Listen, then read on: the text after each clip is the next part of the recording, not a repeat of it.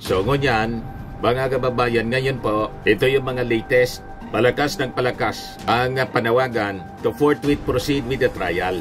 Ang latest ngayon na balita, yung mga faculty members ng University of the Philippines nagpalabas na po ng kanilang panawagan. Senator Ronald Bato de la Rosa is leading efforts to have the impeachment case against Vice President Sara Duterte dismissed, citing a lack of time for trial under the 19th Congress.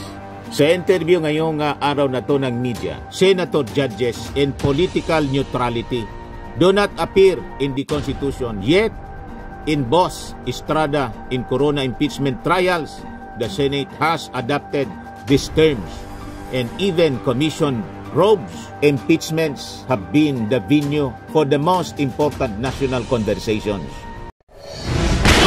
Nagpapagang mga balita at pagtalakay sa mga isyu na lipungan. Bulsa!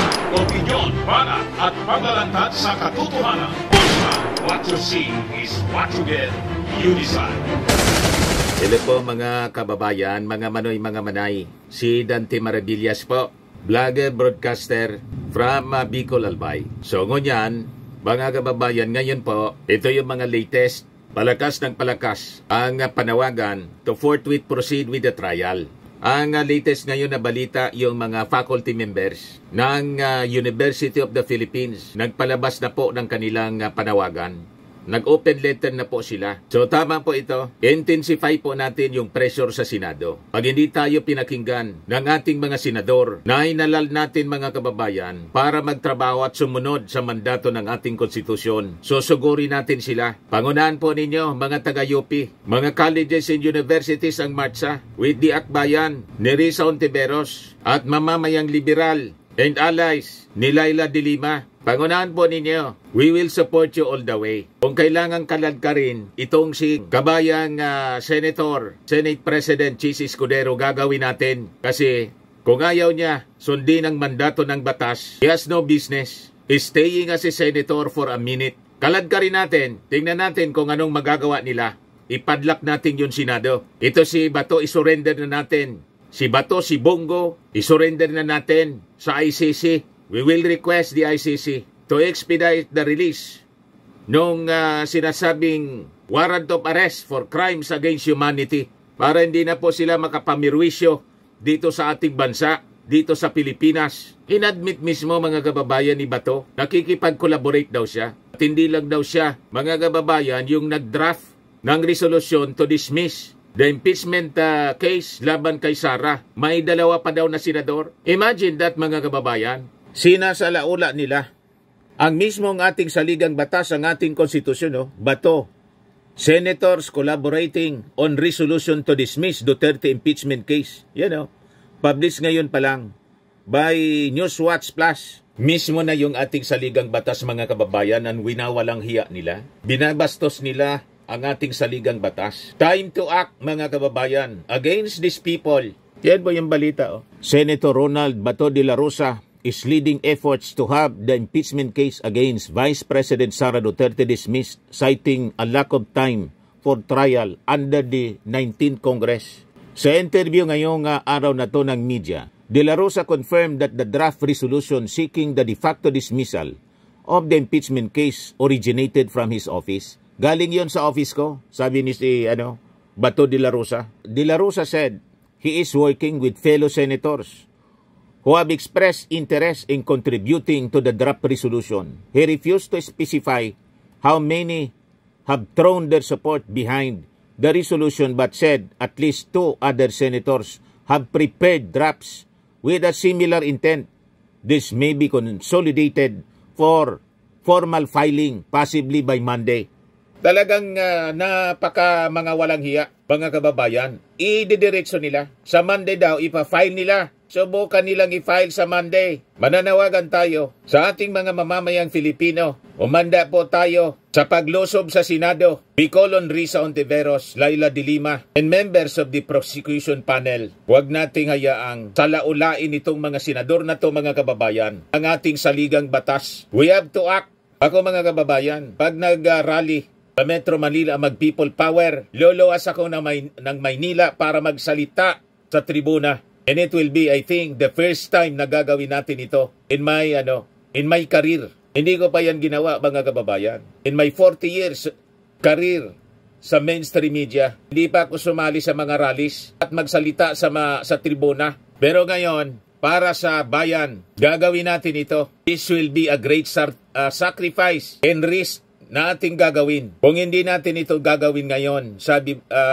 nga, kailan pa? Kung uli na po ang lahat. Kung hindi tayo, sino ang maninindigan, mga kababayan, para sa tama? So tayo, mga kababayan, na lumalaban para sa tama, magkaisa tayo para pigilin ang masamang plano nitong mga senador na walang pagrespeto sa ating saligang batas. Yan sabi ni Bato, una sa akin, sabi ni De La Rosa, his admission came after members of the media noticed the name of one of his staff members on the document circulating in the Senate. Yan po, ang Project Acquittal. Protect Sara. Mga kababayan, the author of the said reso draft, none other than his own staffer, Joan Narvaez, written this Monday at 12:18 p.m. In the draft did not just materialize once, it underwent 2 revisions. Sabi sa post, mga kababayan, ni TPL3, this was not an offhand memo. This was premeditated legal maneuvering designed to short-circuit the constitutional process and pre-acquit Sara Duterte without even letting the trial begin. So sabi niya, I believe that this was not a draft. It was a blueprint for sabotage, masquerading as paperwork. Kami kasi move to see if anyone would raise hell, because if no one did, they were ready to pass it off as legitimate Senate sentiment. Yes, it was calculated, coordinated, and deeply cynical. A shameless attempt to render the Senate not a court of impeachment, but a crime scene for democratic backstabbing. Tama po itong komentary ni TPL3. Sakto na description sa mga ginagawa ng ating mga senador. Lalo na po si Bato at kanyang mga kasabwat. Kasama na siguro si Chis Escudero. Kaya nagpapasalamat tayo. Parami ng parami, mga kababayan, ang naninindigan, in this time, yung mga faculty members ng UP. Nag-release sila ng kanilang open letter. O ito po siya. Faculty members of UP College of Law in an open letter urged the Senate to forthwith proceed with the impeachment trial of Vice President Sara Duterte. They also expressed concern on moves to preemptively dismiss the impeachment case versus Duterte. Gustong isindikato, mga kababayan, nagdati ng mga sindikato, pati yung impeachment, sinisindikato nila, nagsasabuatan. So may titulo siya na to forthwith proceed. An open letter in urgent call to the Senate of the Philippines to commence the impeachment trial of Vice President Sara Duterte by individual members of the University of the Philippines College of Law, June 5, 2025. We, the undersigned individual members of the faculty of the University of the Philippines College of Law, express our grave concern with proposals to declare an impeachment case against Vice President Sara Duterte as functionally or de facto dismissed, the grounds for dismissal being circulated in the draft resolutions reported by the media. The violation of Vice President Duterte's rights to speedy disposition of cases in the non-continuing character of the Senate are unsupported by factual development and a proper reading of the Constitution. A premature dismissal will undermine the core democratic principle of checks and balances. In contrast, proceeding with the impeachment trial will uphold the Senate's constitutional mandate on public trust and accountability. Malinaw po, mga kababayan. Very correct ang posisyon na to ng mga taga-UP College of Law. On speedy disposition of cases, the Senate's 4-month inaction on the articles of impeachment transmitted to it on February 5 has been cited as a violation of Vice President Duterte's rights to speedy disposition of her case. Indeed, the Constitution guarantees this before all judicial quasi-judicial, or administrative bodies. Like any citizen, Vice President Duterte is entitled to this right. However, his right to speedy disposition has not been violated. An impeachment trial as a sui generis constitutional procedure is not a case before a judicial, quasi, or administrative body. The trial of impeachment cases is a proceeding in the Senate, which in this context does not even sit as an ordinary legislative body, but as a constitutional office of accountability. On the text of the Constitution alone, the right to speedy disposition would not apply.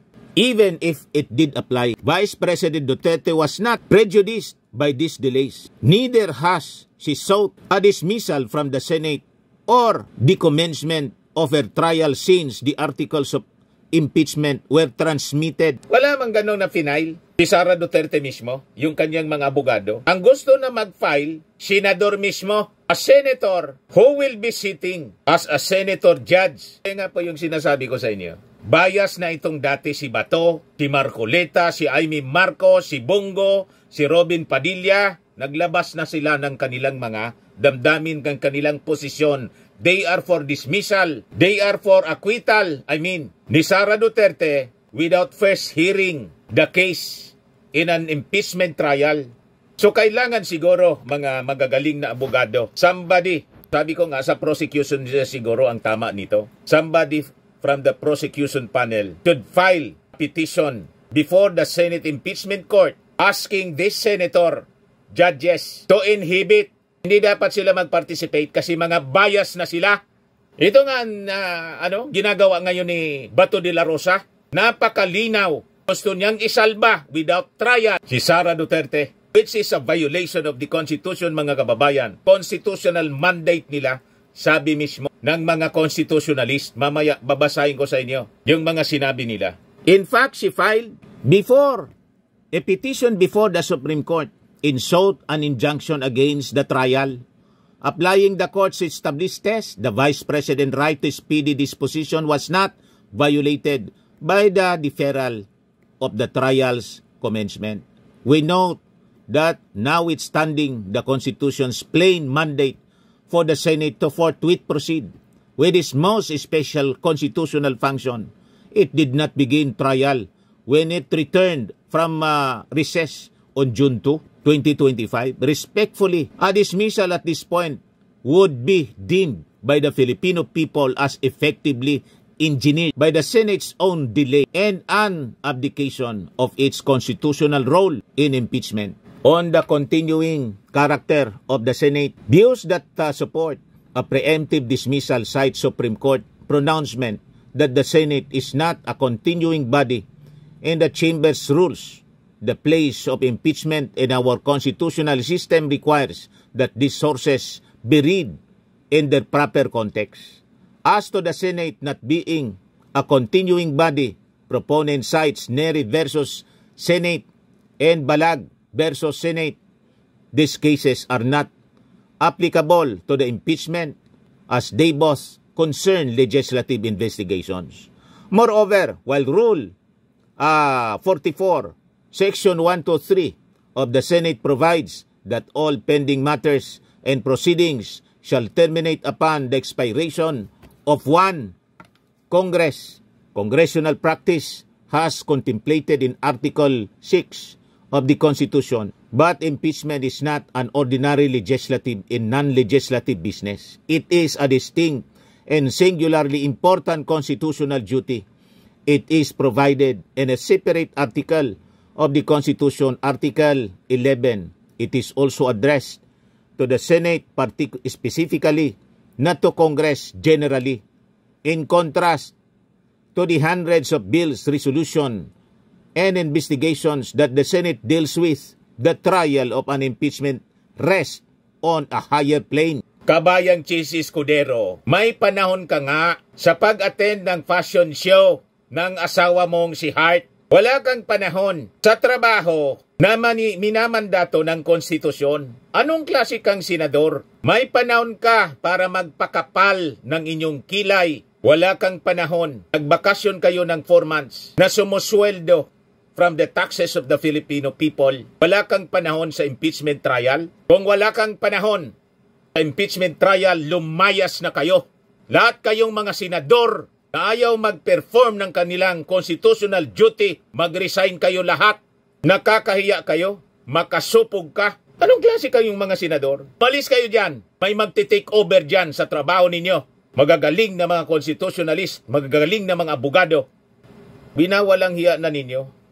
Mismo yung ating saligang batas. Anong rason na mag-stay pa kayo dyan sa Senado? Mismong yung Senado, the last bastion of democracy, sinalaula na ninyo. Ilang mga senador ang daldal ng daldal tungkol sa impeachment, displaying your biases. Grabe kayo. So, hindi rason yung mga pinasa ninyong batas kasi mas importante ng impeachment. Sabi mismo ng mga batikang abogado ng UP, it rests on a higher plane. Napakalinaw yung sinabi sa yung sinabi sa konstitusyon. Kung hindi ninyo irerespeto yung konstitusyon, walang rason for you to stay in the Senate bilang mga mambabatas. Yung mismong saligang batas, binaviolate ninyo. Anong karapatan ninyo? Anong moral ascendancy ninyo to stay any longer bilang mga senador? Yan ang tanong natin kay Escudero. Kung sabi ng ating mga faculty members ng College of Law ng UP, the special character of the Senate when it tries an impeachment is confirmed by its own precedents.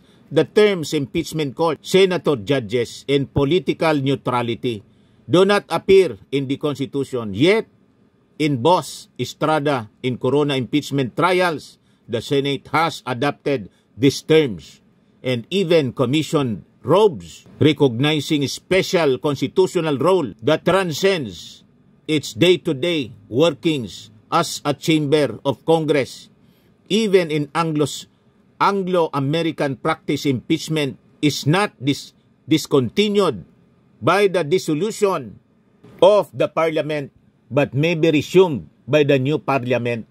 The reason for this is that when the Senate acts to try impeachment, it fulfills a non-legislative role and survive its complete dissolution. In any event, the question whether trial should continue after the Senate adjourns sine die should not be preempted by the 19th Congress, but should be left to the 20th Congress. For the Senate to decide for the 20th Congress would be undemocratic, contrary to the very rational underlying the non-continuing body argument on impeachment and accountability. Post-1987, impeachments have been the venue for the most important national conversations on good governance and the standard we, the sovereign Filipino people, impose on our highest official. Its character as an accountability mechanism is not simply suggested by its placement under Article 11 of the Constitution. The accountability of public officers, it is conferred by constitutional and political history. In the Estrada impeachment, the non-opening of the second envelope was premised on an evidentiary objection regarding relevance and materiality. For the people, it was suppression of the truth that ended in the removal of a president. In the Corona impeachment, the Chief Justice delivered an emphatic statement defending himself. The tide turned when he abruptly walked out of the impeachment trial before the Senate could ask him questions. While every initiation of impeachment is understandably controversial, if not divisive, the people eventually congregate around the impeachment court to find the truth, the whole truth, in nothing but the truth about serious disqualifying allegations against its highest public servants. Kaya tatandaan po ninyo, Bato de la Rosa, Chis Escudero, lulusob dyan sa Senado para kayo ang tanggalin. Lahat kayong mga senador na nangwawalang hiya sa ating saligang batas. Ayaw ninyo ng santong dasalan. Gagamit ang taong bayan with supreme over you ng puwersa tulad ng nangyaring people power. Tumakas na lang si Erap Estrada, ginamit ang Ilog Pasig para hindi siya magulpi. Tatandaan mo yan, Senate President Chis Escudero, Bato de la Rosa, milyon na yung nag-congregate yan. Tumakbo na kayo kung saan ninyo gustong tumakbo. Kasi pag nahawakan kayo ng ating mga mamamayang Filipino, sabi nga po, dila nyo lang ang walang latay. Kayo, noong previous administration, AJK, si Sara Duterte nagbanta, kumuha na daw ng assassin. Imagine that, papatayin mismong presidente. Si Lisa Marcos pati si Martin Romualdez. Gusto ninyong palampasin? Kung ayaw ninyo, papanagutin si Sara Duterte. Kaming mga mamamayang Filipino ang magpapanagot sa inyo. Tandaan ninyo yan. Naubos na po ang takot ng ating mga mamamayan. Tandaan ninyo yan. Sa sobrang pananakot ninyo, naubos na po ang takot ng mga tao ngayon. Ipaglalaban hanggang kamatayan ang pag-defend sa ating konstitusyon na sinasalaula ninyo. Tandaan ninyo yan, Chis Escudero. So sabi ng ating mga butihing UP College of Law faculty members, we are deeply concerned with moves to preemptively dismiss the impeachment case, not because we necessarily believe in the charges. We do not because we wish to see the evidence. Hear the Vice President's defense. Tama. And with our fellow Filipinos, judge for ourselves her fitness to continue in public service. In these difficult moments, the people look to their Senate to be the forum for the country's most important truth-telling procedure because of its seniority, independence, and reputation for statesmanship. As teachers and scholars of the law, we believe that the Senate's dismissal without hearing even a single witness will mean its abandonment of its proud tradition as an august chamber and permanently alter our system of checks and balances. Pag ganon ang ginawa ninyo mga senador, ilalagay namin sa aming kamay ang batas through people power. Anyway, nung mag-people power to, tinanggal si Erap Estrada, sabi ng as explained by attorney constitutionalist Rene Sarmiento, inuphold ng Supreme Court. Sinabi ng Supreme Court, tama. So tama ang aming gagawin. Pag sumugod kami dyan, naladkad kayo, tama ang aming gagawin because it is the people, sovereign will of the people. Then democracy mga kababayan. All powers emanate from the people. You know that? Huwag ninyong sasagarin ang pasensya, Chis Escudero, Bato de la Rosa, at mga kasapakat ni Sara Duterte dyan sa Senado. Huwag ninyong sasagarin ang pasensya ng ating mga mamamayan. Pagsisisihan ninyo. Pag umalsa ang ating mga mamamayang Pilipino. Malapit na. It will also undermine the people's trust in the Senate as an independent and impartial institution before which the highest officials of the land may demonstrate and prove their fealty to the principles of accountability, public service, and democracy. Kaya pag tinalikuran po ninyo inyong mandato bilang mga senador, ang gagawin namin po, ipapadlak namin yan na Senado. And we will move to abolish, i-demolish namin yan. Hindi lang abolish, i-demolish na namin yan na Senado. Kasi mga inutil kayo. So sabi ng mga faculty members po ng College of Law ng UP, we therefore earnestly urge our honorable senators, let the truth unfold. We call on the Senate of the Philippines to comply with its constitutional duty to forthwith proceed with the impeachment trial of Vice President Sara Duterte. Yan po, ang daming nakapirma, individual faculty members ng UP. Huwag ninyo pong ginagalit. Huwag ninyong sinasagad po ang pasensya ng ating mga mamamayang Filipino. Sabihin ko sa inyo, pagsisisihan ninyo to, habang buhay, magsisisi kayo mga senador. Baka ito na yung last na may Senado ang Pilipinas. Kasi pinamumugaran na po ng mga anay ng lipunan. Walang kahihiyan. Wala pang trial. May acquittal na. Ang dami ng senador ang nagsasalita. Acquit ang boto nila ay Sara. Wala pang presentation of evidence. Di pa nababasa yung sakdal. Anong klaseng mga tao kayo dyan sa Senado? You're unfit. Sa posisyon na yan, binigay namin sa inyo. Grabe kayo. Kaya tama ito si Coco Pimentel. Sara Duterte impeachment summary dismissal, unconstitutional niya. Gusto ninyong palusutin itong taong ito na gustong ipapatay yung ating Pangulo? Hukayin yung bangkay. Sinisecrate yung bangkay ng dating Pangulong Marcos Sr. Itapon daw sa sa West Philippine Sea. You are sending a wrong signal to our youth. You are teaching our youth gayahin si Sara Duterte. At pag nagbanta, okay lang yung pagbabanta, palulusutin ninyo. Okay lang ang 125 million confidential funds gastusin 11 days. May ganon. Yung presyo ng isang nirintahan na safe house, 250,000 isang gabi. Anong klaseng mga senador kayo? Nasanay na ba kayo sa korupsyon? Na okay na lang sa inyo ang ganitong uri ng gawain?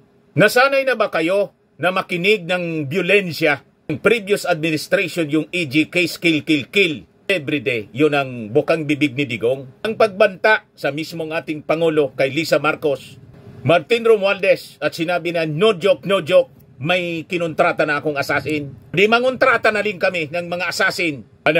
Yun na lang ang gawin natin. Pag nagkaroon ng ganyan, mga kababayan, pinalusot ninyo, baka, God forbids, baka, yun ang gawin ng ating mga mamamayang Filipino. Ilagay sa sariling kamay ang batas. Baka magka-civil war pa tayo rito. Di magunahan na lang tayo pag ganyan. Purging. Ang mangyari niyan, purging ng ating bansa. Matira yung matibay kasi wala na po yung pinagkakatiwalaan natin. Mga senador gustong palusutin ng ganitong mga gawain without trial. Sabi kini Coco Pimentel, wala mga problema. Kung may na yung ebidensya, basta't mag-trial tayo kasi yun ang mandato ng konstitusyon. I-acquit ninyo si Sara. Tanggap namin yan. Kung walang ebidensya kay Sara, i-acquit ninyo. Kandidatuin ninyo. Sulsulan ninyo magpresidente kasi yan ang gusto niya. Anyway, tayo naman po ang magdidesisyon kung iboboto natin. Pero itong ginagawa po ninyo, this is a no-no. Hindi ito pa mapapalampas ng ating mga mamamayang Filipino. Tandaan ninyo yan, mga senador. Sabi ni Pimentel, the resolution should be brought before the Senate Impeachment Court. However, it is still unconstitutional if the impeachment case is summarily dismissed because the Constitution says trial by the Senate shall forthwith proceed. Trial, hindi dismissal. Isa ilalim daw ninyo sa trial si Sara Duterte, hindi i-dismiss without trial. Sabi ni Pimentel, once someone has been impeached, the people have the right to know the evidence presented by the representatives in support of the impeachment. And the impeached official must also be given the opportunity to defend themselves and clear the name. Yun po ang tama. Kung walang ebidensya laban kay Sara Duterte, anong problema ninyo? Sabi ninyo, malakas yung confident kayo na ma-acquit si Sara. O bakit gusto ninyong i-dismiss na walang trial? Ito si Tobats, napakasinungaling. Unang tanong sa kanya, kung meron bang Senate resolution? Ang tanungin siya ng mga reporters. Ay kumakalatan niya, sabi niya, sagot niya, meron bang Senate resolution? Siya yung may gawa, magtatanong pa. And afterwards, galing yon sa office ko, sabi niya. Kasi na-discover ng media, mga kababayan, na yung nagpakalat, staff niya, may pangalan, nasukol si Bato, kaya umami na lang po. Ano ang mga ugali niyan? Kaya sabi po ni Congresswoman Gervie Luistro, isa sa mga House Prosecutor, the Constitution is clear. Article 11, Section 3, Paragraph 6, the Senate has the sole power to try and decide all impeachment cases. There is no mention at all of dismissal, which means it is mandatory that they conduct a trial and thereafter decide whether for acquittal or for conviction. I-acquit po ninyo. Natatakot kasi kayo. Yan ang reading natin.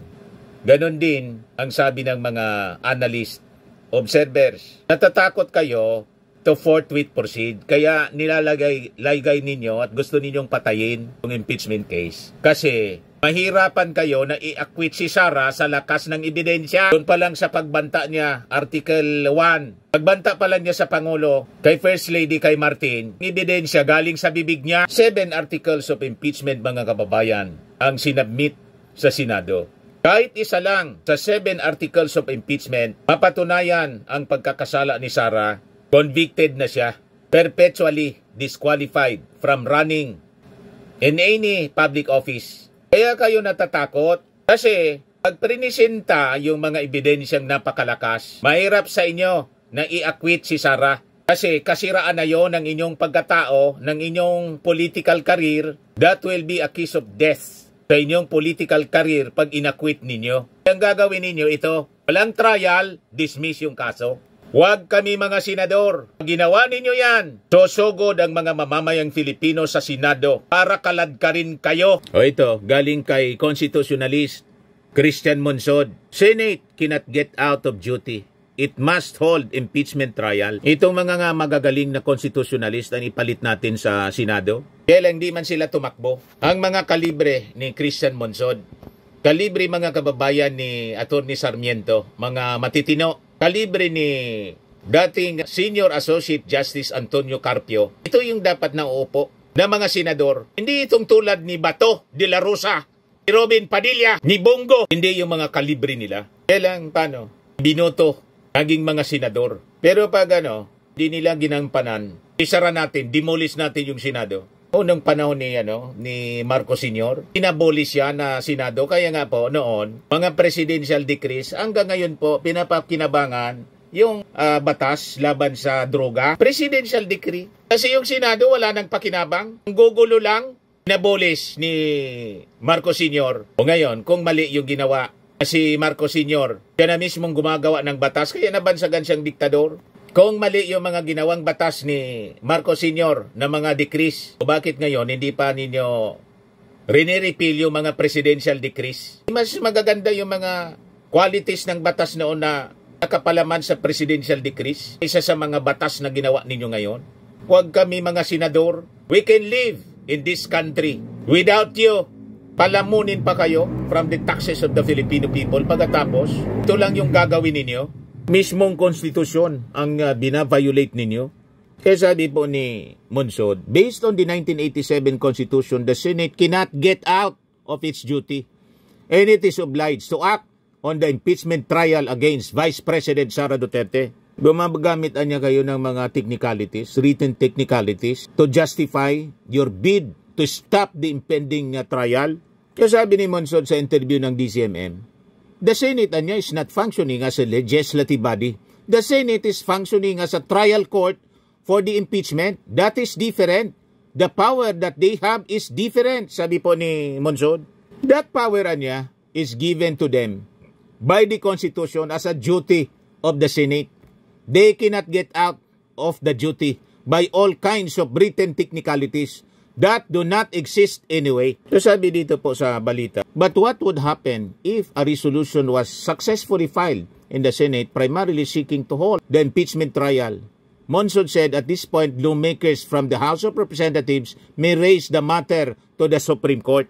Huwag na tayo tumakbo sa Supreme Court. Mga House prosecutors, mag-assemble na lang po tayo ng mga mass actions. Pangunahan ninyo, susunod kami.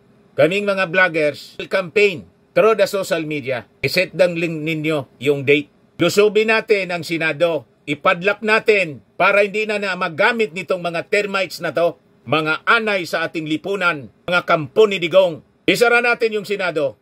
Tapos mag-unicameral tayo. Aladkarin natin si Chis Escudero. Tanggalin natin na Senate President. Kung yung konstitusyon bina-violate ninyo, anong rason hindi kami sumugod dyan para ilagay sa aming kamay ang batas? We are the sovereign Filipino people supreme, the new people in the Senate. Kahit nga ang presidente, tinalsik namin yung presidente. Ang sabi ng Supreme Court, tama. Ano kayo, siniswerte? Wala ng Supreme Court. Mas supreme ang mga mamamayang Filipino sa people power. Recognize mismo ng Supreme Court as in order. Sabi yan mismo ni intra-constitutional means. Sabi ng constitutionalist na si Atty. Sarmiento, Rene Sarmiento, wag nang tatagal pa yan, tayo na ang magdidesisyon para sa ating future. Dambahin natin yung Senado. And we appeal to General Torre. Anyway, mga senador, ayaw man sa'yo. Si Jingo Estrada nga, sinabihan kang arugante, huwag kang mag-intervene. Kami ang bala, alaman po na mangyayaring EJK dyan. Hindi kami naniniwala sa EJK. Basta kakalad ka rin lang namin. Palabas sa Senado, itong mga ayaw magtrabaho na senador.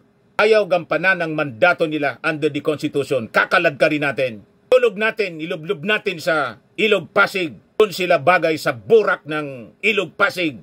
Sabi ni Sara Duterte, kaya ko niya na kalad ka rin sa kanal ang laban.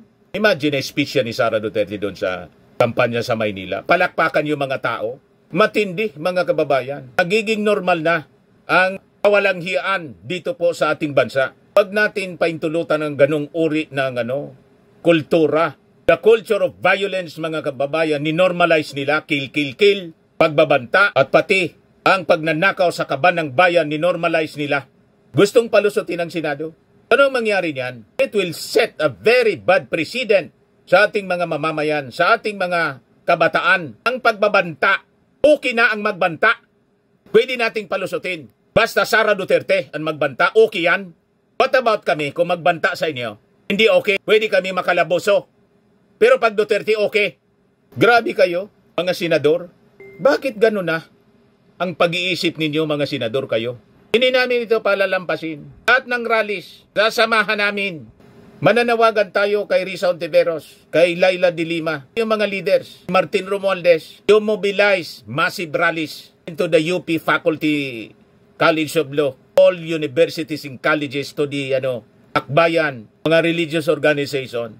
Sama-sama po tayo, dambay natin yung Senado. Huwag natin palampasin ang pangwawalang hiya nila sa ating saligang batas. Po, Firmax Firming and Lifting Cream, pinapahid po sa mga pulses in affected area. Mainam po sa paninigas ng mga kaso-kasuan. Ito naman po, Automax Radiant Serum. Sa mukha naman yung application, anti-aging po siya. You will look 10 years younger than your age. Sa mga cancer patients naman po, baka lang gusto ninyo itong itry. Naing siya red mixed fruit drink. Hindi mo po siya gamot, food supplement siya. Kaya lang, gawa siya mga kababayan sa goji berry. Yung goji berry may anti-cancer properties. O ngayon, yung mga inquiries ninyo, dumiritso na lang kayo sa aming messenger sa Facebook para masagot namin agad. Ayos pa? Ayos na ayos niya, Mr. Maravilla. At sa mga naghanap po ng malinis and spacious fitness gym, pumunta lang po kayo sa aming Colossal Fitness Gym. May Grab Car Rental din po kami. Ito naman po yung bago naming product na binibenta online. Eye Glow Serum, whitening po siya. Tingnan ninyo yung epekto sa aking anak na architect before and now. Yung mga inquiries po ninyo, dumiretso na lang kayo sa kanyang Facebook account, Riz Maravillas.